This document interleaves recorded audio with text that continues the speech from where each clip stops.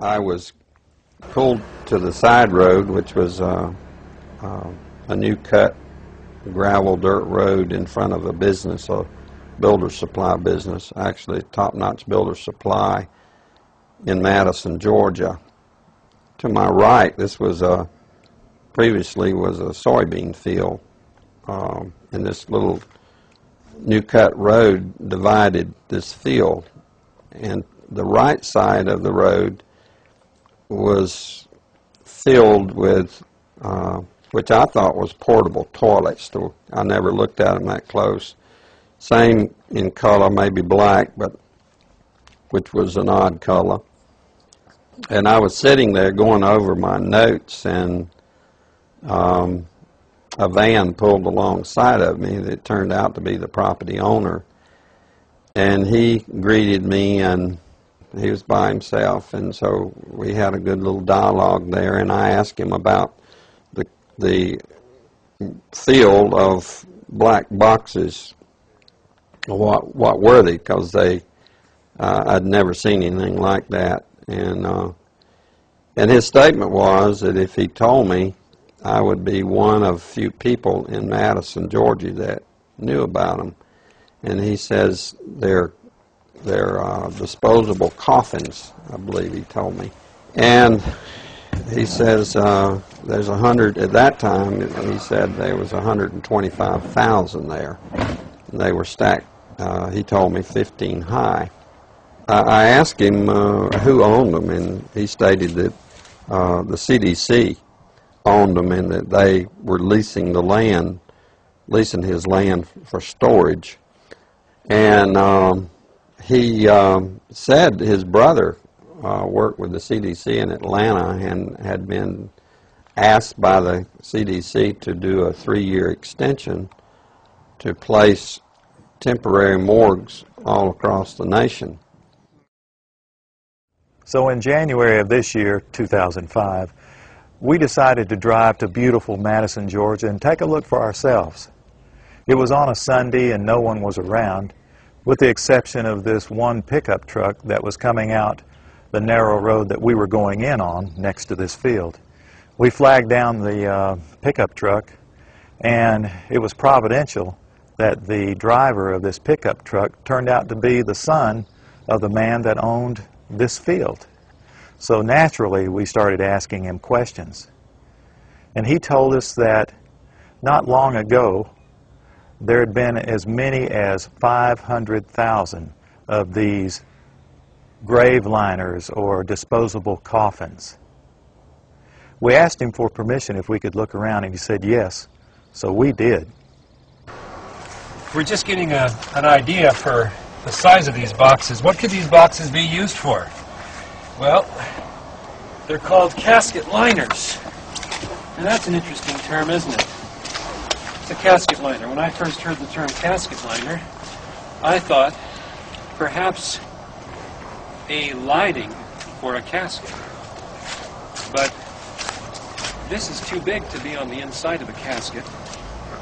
So certainly this could be used as a casket. This is an inexpensive casket. And you can see the size here. There's lots of room. I think my friends here, we could all probably get inside, and it might be a little cozy, but we'd fit just fine. Which tells me that these liners can be used for more than just one. And one more time, what kind of liners are these?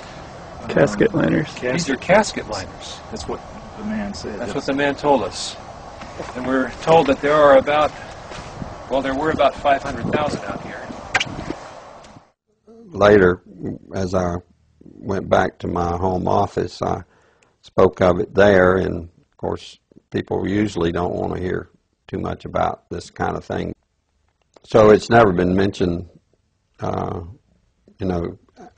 publicly, except just here and there, till I went to a luncheon, a fundraiser for Representative Saxby Chambliss. He was running for his second term for the U.S. House of Representatives. And it was a crowd, probably 100, maybe 150. It was congressmen, senators, state senators, and mayors. There was one table we probably had 2 3-star generals and a couple of 1-star with their spouses. So it was a real high-powered meeting.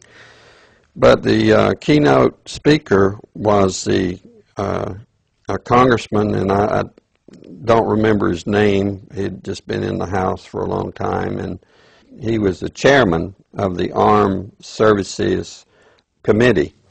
And so he just spoke in behalf of Representative Chambliss and the importance of having him on board to be reelected due to our threats. But it had to do with the nuclear devices that was missing from the old Soviet Union, and it had gotten into terrorist hands, and the emphasis was on the critical state that we face in this country. And he said we could lose tens of millions of people in the next decade, and he used those terms, due to a nuclear strike on U.S. soil.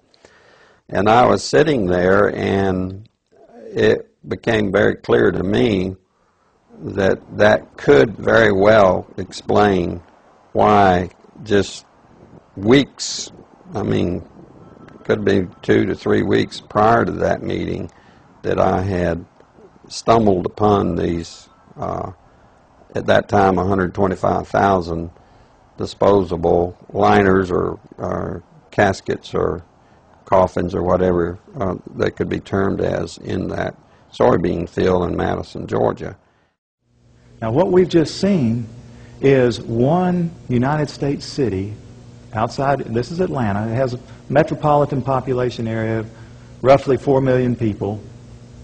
So this is one field outside of one U.S. city, and the brother of the man that owns this field, that the government is leasing this field from to store these disposable coffins, this brother was given 3 years to set up temporary morgues around the country. Now we found the website that we think these disposable coffins were made at, and we noticed that the lids that they're advertising on the website were rounded.